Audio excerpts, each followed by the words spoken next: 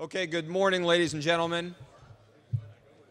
Real quick before we get started here this morning, I just want to run through the schedule of events for this morning. We're going to start with our leadership presentation with Todd Gongwer for about an hour. We'll take a break, and then at 9:15, we're going to come back and we're going to have a leadership panel with Todd Gongwer, Tim Frazier, Todd Firestone, Tony Pancake, and Pat Bailey. After that, we'll take a break, and then at 10:30 in the registration room, we have the apprentice meeting with Bill Pollard, and we also in here will have the PGA Junior League presentation with Roger Lundy and Stacy Rice. We'll break for lunch at 11:30, and then we'll be back here at 1 o'clock for Michael O'Keefe, Danny Noonan presentation there that will lead us until the end. And once Michael O'Keefe is done, then we'll break for the day. So with that, I'll turn it over to Todd Firestone. Thanks. Thanks, Nick. We're in for a treat this morning. I'd like to introduce Todd Gongwer. And Todd and I went to high school together, battled each other a lot on the basketball court. But Todd's going to talk to us about leadership today. He's got a book out that, like I said yesterday, if you've not read the book, it's called Lead for God's Sake. I challenge each one of you guys and gals in here to definitely do that. And let's give Todd Gongwer a big Indiana PGA warm welcome. Thanks again, Todd.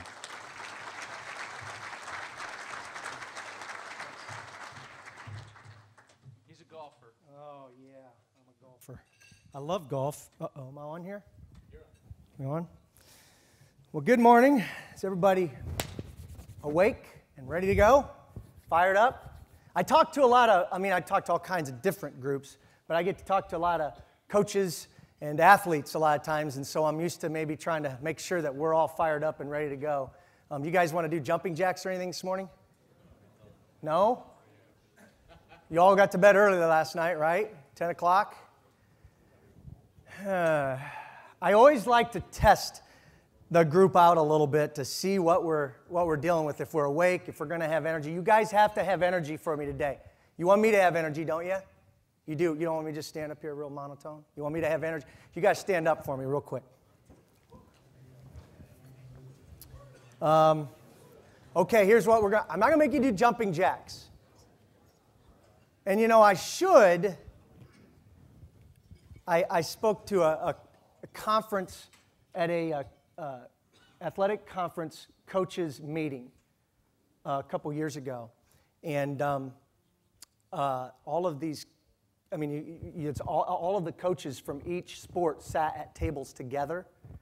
Now, those of you that have been involved in conferences in college and sports, you know that there's a deep competition that goes on in these, especially within the conferences. And I didn't know what I was going to do to kind of test the crowd in the morning. And I was like, I've always heard that hugging relaxes you. You guys are uncomfortable with that, aren't you? You're uncomfortable hugging. I won't make you hug. I'm not going to make you hug this morning, but it was really funny watching the two coaches from the basketball team, that just could not stand each other, making them hug. It was hilarious. So I'm not going to do that this morning. I am going to, everybody do this. Can you do this for me? I just want to see. I want you to take your right hand. You raise your hand. Okay. I want you to take your right hand and put your pinky on your thumb. Okay. With your left hand, make a fist. Okay. Now with your right hand, put your right hand on your chin, like this. Okay. All right. Now look at your neighbor and say your chin looks funny.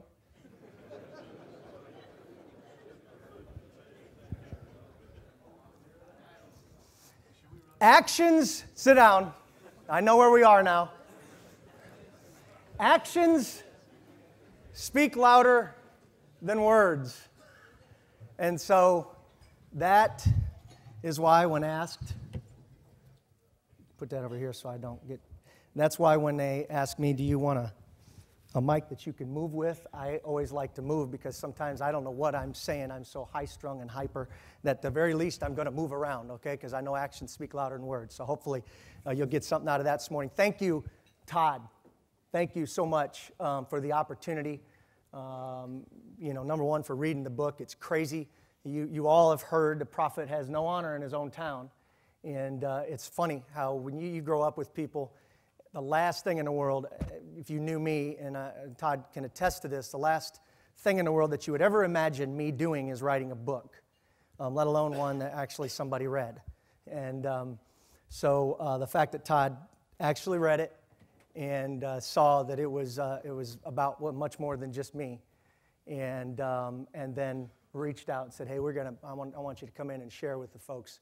I really, really appreciate that, like I said, because I guess Todd, we grew up, when we were pretty small together, and then eventually he was in kind of a different town, and I didn't see him very much. Evidently, he's been gone long enough to have forgotten what I was really like, so that might be why he read it. But Todd and I we've shared some good, challenging times together, going to basketball camp together, and I got to tell you, there's a little piece of me and Todd because this tooth, and as you guys could see this, I have a chipped tooth right across the bottom of my teeth. This tooth and I never got it fixed, obviously, because it happened when I was like 10, 11, 12 years old. Now, I think that I hit him in the head. He thinks that I hit him in the shoulder. I don't remember what it was. All I know that for two Indiana point guards at 12 years old, we darn well should have been looking up instead of looking down at the ball. And I know that we collided, and I chipped my tooth, and I don't remember if he went down or what happened, but I still think he's got a piece of my tooth in him somewhere. I appreciate the opportunity to share with you all. Golf is something that I dearly love. I have young kids, so a 12-year-old son and a 9-year-old daughter, and my son loves to play golf. Now, at the stage that they're in, the only time I'll carve out the time is if my son can go with me, because it's just so much. It's tough. It's a challenge from a time standpoint for me.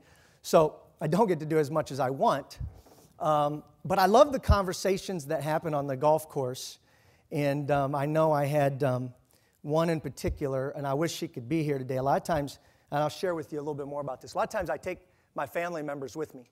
I'll take my son, I'll take my daughter occasionally on little trips, and they're right here with me because that's a key part of my message. And I love having my wife with me. She's my best friend. I was on the golf course, and I was having this conversation with a buddy of mine. And I said, man, I was talking to him about the travels, and I said, my wife, she's my best friend. He's like, your wife's not your best friend. He said, your dog's your best friend. And I said, no. I said, seriously, my wife is my best friend. Now, I love dogs, but but my wife is truly my best friend. He's like, no, your dog's your best friend. And so, we go back and forth a little bit. He says, I can prove this to you. He goes, you go home and you lock both of them in the trunk for 4 hours, and then you unlock them and see which one's happy to see you.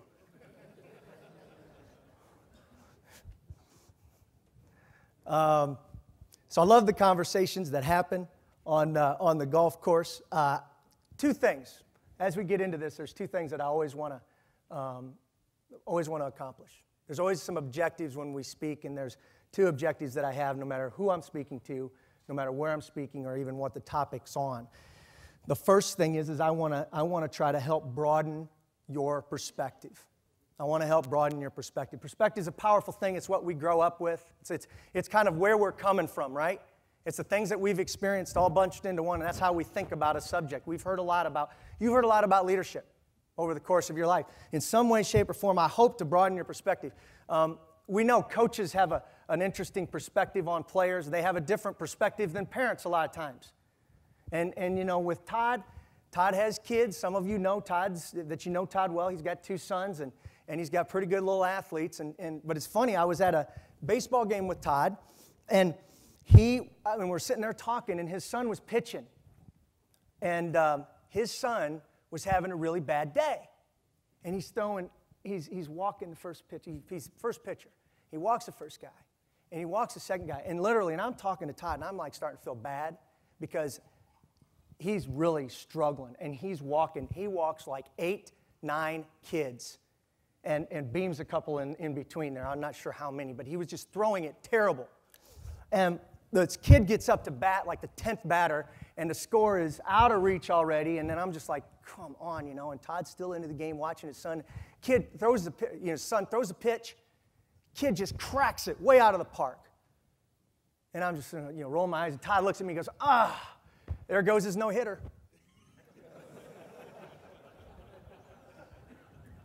A parent's perspective is very unique on the kids, right? Right? We think about that. But I want to broaden your perspective on the subject of leadership. You have cards in front of you that I put at the tables, and I used to take a ton of notes when I would sit in class, and then I would look at those notes later and go, what did I say here? First of all, I could never read them, and because I wrote sloppy, and because I tried to write too much, and very rarely did I really act on anything. And my desire today is that in some way, shape, or form, I inspire you to act. I want you to act. One of my favorite sayings is, the gap between knowledge and ignorance is much smaller than the gap between knowing and doing. Which means we go and we read a good book, or we go and hear a good message at church or motivation, whatever it is, and we get this good message in our hearts, and we walk away and go, oh, that was good, that was good, that was good. And but so often we gain the knowledge, we close the gap between knowledge and ignorance, but we don't go home and actually do something about it. This book, it's been tremendously impacting on some people, and I'll share with you the story about this in just a second, but my desire is that, we act on it. Don't read it and just be inspired, say, but boy, this was good things I need. What are you going to do? And so my hope today, I want to broaden your perspective, but my hope is that in some way, shape, or form, you grab some actions out of what I'm going to talk to you about today.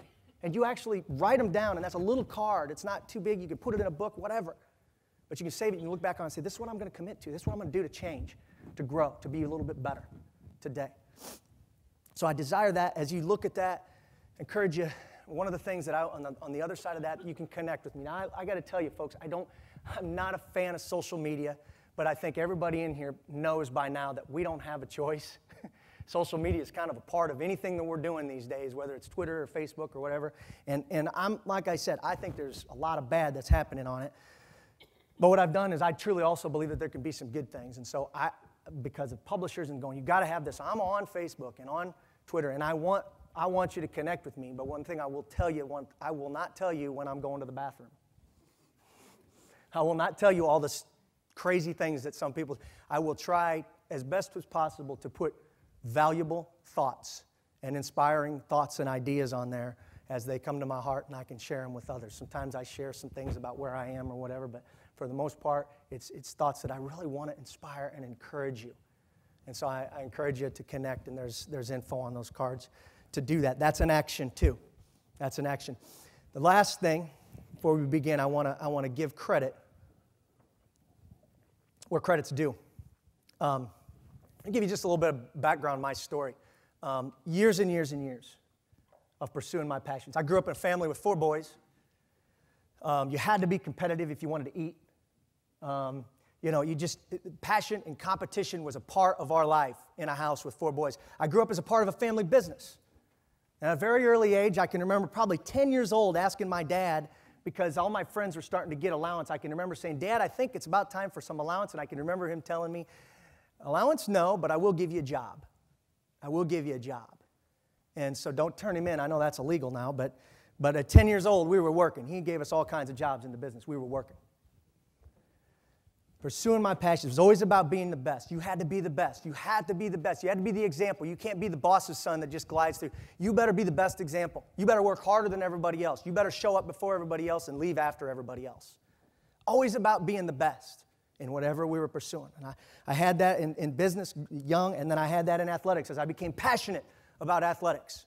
I became passionate about the competition and the opportunities that gave me. I was pursuing the best that I could be in athletics. I was pursuing later on, I became, at the age of 21, I actually got a chance to coach as an assistant coach.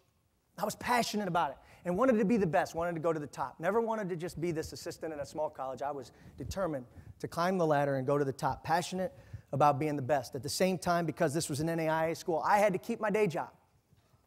And so because of that, I was working, and I was still, at the same time, I was trying to carve out my identity in the business world. So I'm coaching 30, 40, 50 hours a week at times because we were having a lot of success during this time in the coaching world. But at the same time, I was in the business world, and I was partnering with my brothers now. And so I was trying to carve out my identity and prove my worth there. So I had two different worlds going on, and I was giving everything that I had. I was passionately pursuing the best of everything that I had in those two worlds. I saw the common thread of leadership going through everything. I saw it in sports, and I saw it in business. And I saw how everything kind of hinged on leadership. And I began to study leadership. And I actually read a few books by a specific author. I became particularly fond of this author and what he was writing. And I reached out to him for some advice. And he gave me some advice on some different things. But I remember one thing specific that he told me. He said, if you read 500 books on any one subject, you become an international expert in the field. You're considered an international expert in the field. 500 books. So I'm thinking to myself at this time, and this is back in the 90s. I'm thinking to myself, let's see. I'm working 40, 50 hours a week in coaching. Now this is like 500 books is a book a week for 10 years. I did the math. That's pretty good, isn't it? 500 books. I'm working 40, 50 hours a week in coaching. 40, 50 hours a week in business. I'm married, but that's easy. Are you awake? I'm thinking, I can do this. I can read. And I became obsessed with leadership and studying leadership. I read everything I could get my hands on. I went to every leadership seminar I could go to. I watched every video. I was listening to books on tape. I was just obsessed and passionate about leadership, pursuing everything I can. I tell people, say, well, what did you get out of reading that many books? Don't you forget? Again, broaden your perspective. I gained some of my favorite authors like Peter Drucker and Jim Collins, Ken Blanchard. Of course, I tell people now, too, I'm going to tell you, those were some of my favorite authors. There's some other authors that they're so good they only go by their first names. Guys by the name of Paul, Solomon, Mark. Gain perspective in all those reading, and all that time in readings. Eventually, I was able to take some of those things and put them to test in a larger organization. We eventually became we're bought by a public organization, was able to take them and apply it in even a larger setting. Awesome, incredible equipping times in my life. I never imagined the journey that I was going to be put on. And when I told you that I'm leading into this, I want you to understand I'm giving credit. I want you to give credit where credit's due. This book thing, and you're going to hear us talk a little bit about, and I encourage you to talk to the guys that read the book. Don't take the book, if it's good or bad. Any author that stands up in front of people, well, sure, I wrote a great book. Look, here's the deal. Here's how this book came out. I felt called to write this book as a result of all that journey that I had been on. I felt like God had laid the title of this book on my heart a year and a half prior to even starting, and I didn't even know exactly what it was going to be about. But I just thought it was going to start. I was going to write about this stuff. I was going to write about the cultural transformation stuff that I was working on. And I came to a season where it was time to write, and I knew it was time to write. And I had peace with my motives. And we're going to talk about motives in a little bit here, a little bit more. But I had peace with my motives. Two main reasons I wanted to write this thing. I wanted my kids to have the principles if something should ever happen to me. That's the first thing. And the second thing is I had a lot of friends that were high-level friends in business and in athletics that I felt were missing the most important component of leadership in life. They were missing it. And so I set out to write this thing. I laid out an outline. I worked for 2 weeks on this outline. I was going to write the next John Maxwell leadership book, and I'm going to tell you, to be honest with you, it was horrible. Nothing came out right. And I was just like, I've struggled for 2 weeks. Finally, like, what am I doing? And I thought I was supposed to write this. I thought I was called to write this. And finally, I felt like I was supposed to start over with a short story. And I thought, now you have to understand, of all those books that I had read to try to become an international expert, and by the way, I wait till I'm up here to tell you this. I never got to 500, so I'm not an international expert. So sorry, I'm up here now. But I read over 400, and I thought, this is insane, really. Read what you can, study what you can, but there's a lot of other parts of life that you can gain perspective and grow on. But all of these things, I'm feeling like I'm supposed to write a story. And all those books that I had read, I could tell you probably on these 2 hands the number of fiction books that I read. Here's the deal, I don't like to read I love to learn. And so that's why I read. So typically when someone says, oh, that's a great story, I go, oh, nice. I don't really, unless they say you really need to read this story because there's a lot to learn from it. And so I'm thinking, I don't like to read fiction, let alone know how to write fiction. And I thought, okay, I'll start over with a short story. I can do that, 1 or 2 pages. Now again, I'm telling you folks, I got straight A's in high school in phys ed. All right? I went to college. I went from Indiana to Florida Southern, northern Indiana no less, to Florida Southern. And some of you can probably imagine what happens to an 18-year-old that's been in northern Indiana their whole life and they go down to a school that is on a lake that's an hour from the beach. You can probably imagine how much studying got done the first semester. And I looked at I found my transcripts recently. And it was funny. I didn't remember this. I pulled them out. I got 1 D. All the rest were Fs. No, I'm just kidding. Wasn't that bad. I got 1 D, and it was in effective writing. Effective writing. So I'm just crazy called to do this. Start over with a short story, Todd. It's going to be just a couple chapters. I start writing this thing. It starts just pouring out of my heart. I don't know the plot. I don't know the characters. It just pours out of my heart. As I finished the manuscript, it was incredible. I was going upstairs telling my wife, because she was the only one I could talk to about it. You're not going to believe what's happening now, because it just was happening. And it was incredible. So I said, this is an incredible story. I can't believe this is happening. I had 2 guys in particular early on that I gave the manuscript to because I knew they would love to shoot me straight. One's a CEO of an was a CFO, so very pragmatic thinker, and I knew he'd no problem shooting me straight. Another guy's a director of engineering for a multi-billion-dollar company, and I'd known him since kindergarten. I thought he'll love the chance to rip on me. So if this is just Todd's emotions going, he'll tell me the truth. The first one sat down with me. He said, we got to have lunch. He sat down. He said, Todd, I was going to help edit this thing for you. I was going to rip it apart. And he goes, I got to tell you, I got 2 chapters in. I couldn't even pay attention to the edit anymore. I just had to read it. I can't believe this came out like it did. I just can't believe this story. The second one that I'd known all my life, gone to kindergarten with, it's the same thing. We got together, and he says, Todd, I got to tell you, and he reads like all the time. He said, I got to tell you, this is one of the best books I've ever read. He says, I can't wait till my kids get it. That's one of the best compliments I can give you, until they get a little older, till they can read it. And he says, I have to tell you, Todd, no offense, but you're absolutely right. There is no way on this earth that you wrote this book. I said, none taken. So when I say credit, where credit's due. And since then, there's been all kinds of things happen. You can look at the book. You can kind of, if you go to the website, you can see some of the stories around it and things. It's just incredible stuff that I could not have orchestrated myself. There's no way.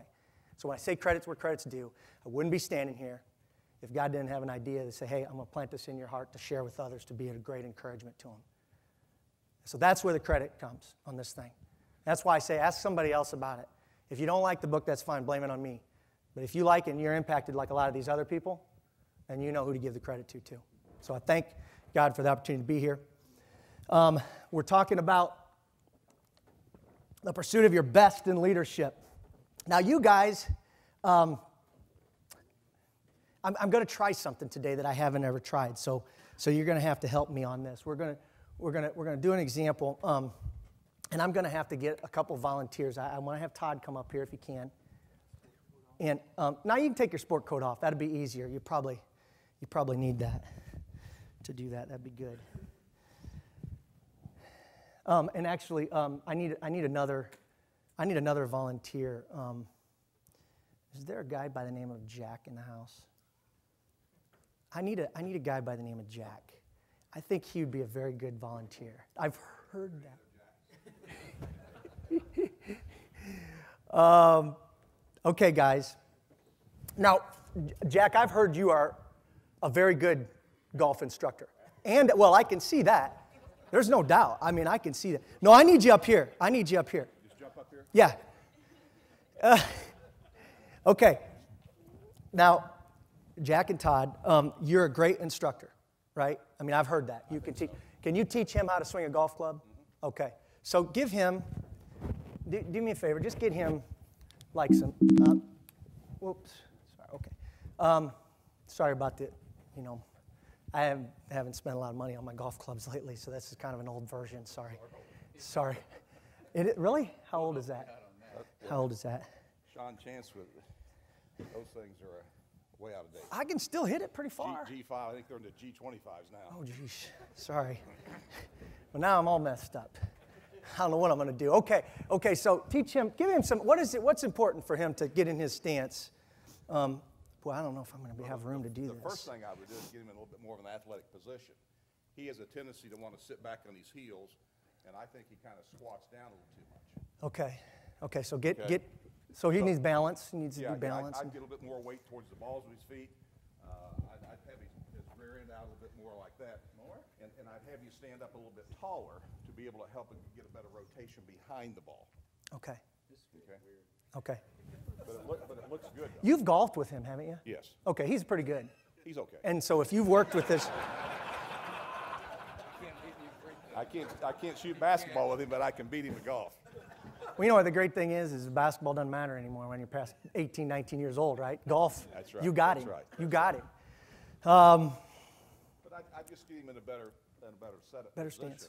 to allow him to make a better turn away from the ball. Okay. Balance, Posture. better position, posture. He's getting down like you're going to hit the ball. Yeah, And you trust him? Get down here, and I want to get him up. You trust him that he's a good Yes, player? yeah, Okay. yeah. Okay, good. I need you, well, first of all, will you sign a disclaimer about injuries if you get hurt on this? You mind signing something for me?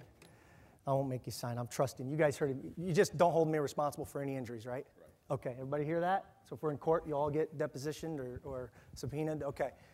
I need you, if possible, can you lay down?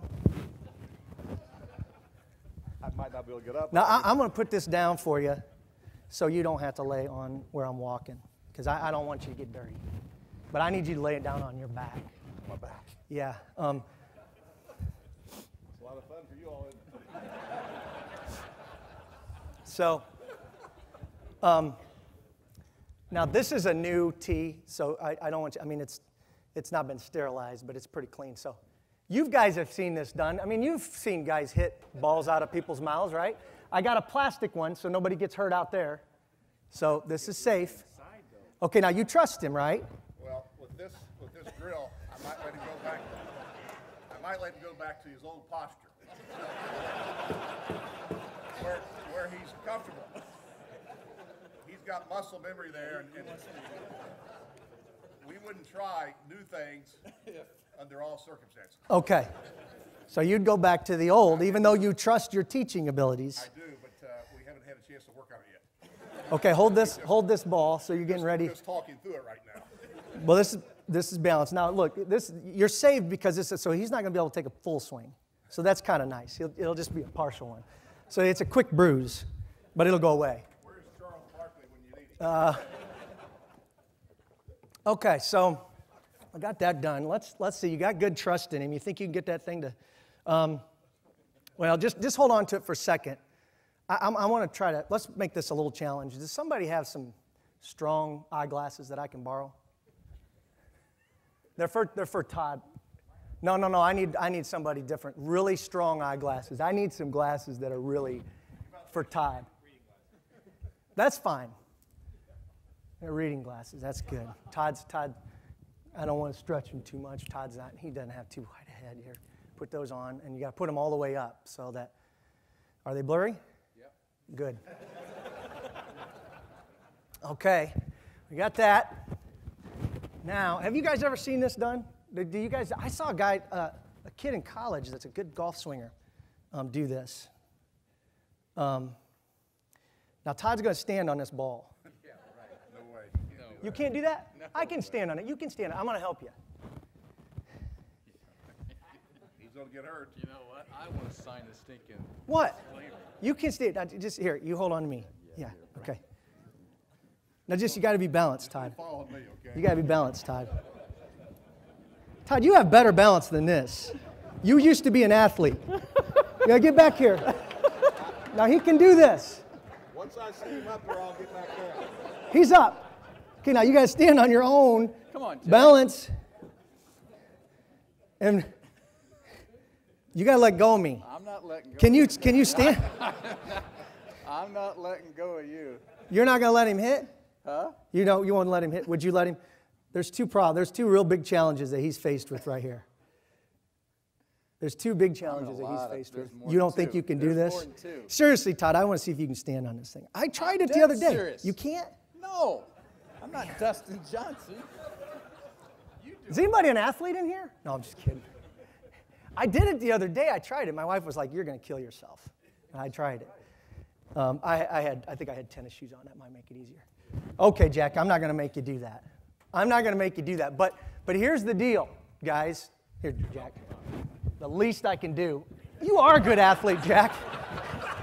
You're going to get some help from this guy's strong. Todd said, when I said, well, Jack, come up. Yeah, Jack can take his shirt off if you want him to. Will you flex for us? Okay. All right, guys. May I go back to my seat? You can. Thanks, Jack. Give Jack a hand. I'm telling you. That was pretty good. That's it, Todd. You can give those glasses back. Hey, guys, bottom line is there's two things. There was two things. I want to see you stand on that ball. I'll do it afterwards. Again, so there's two things that were key. We talked about some balance and stance and all those other things, but there was two things really missing. It really messed things up. Todd's ability to focus, right? It was blurred, right? And that would make it really, there is no way on earth with somebody else's glasses on.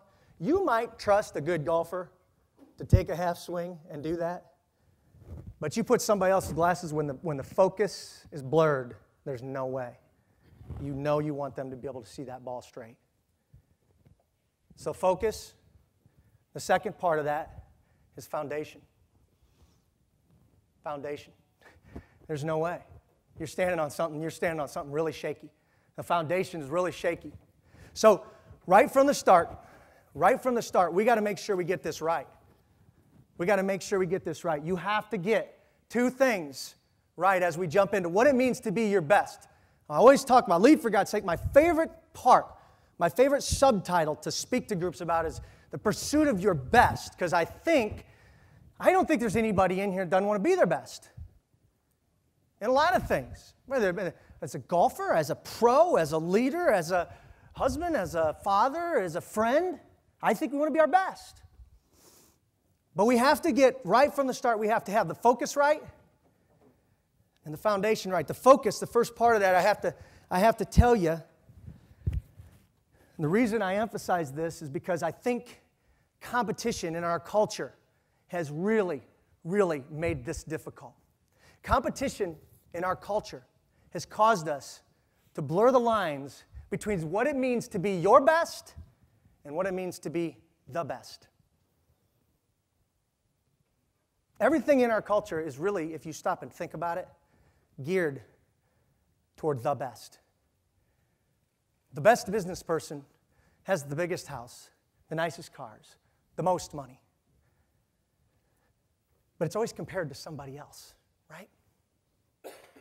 The best basketball player, the best basketball coach, the best golfer. How do they measure that each year? Who's considered the best? What do they look at? There's earnings, right?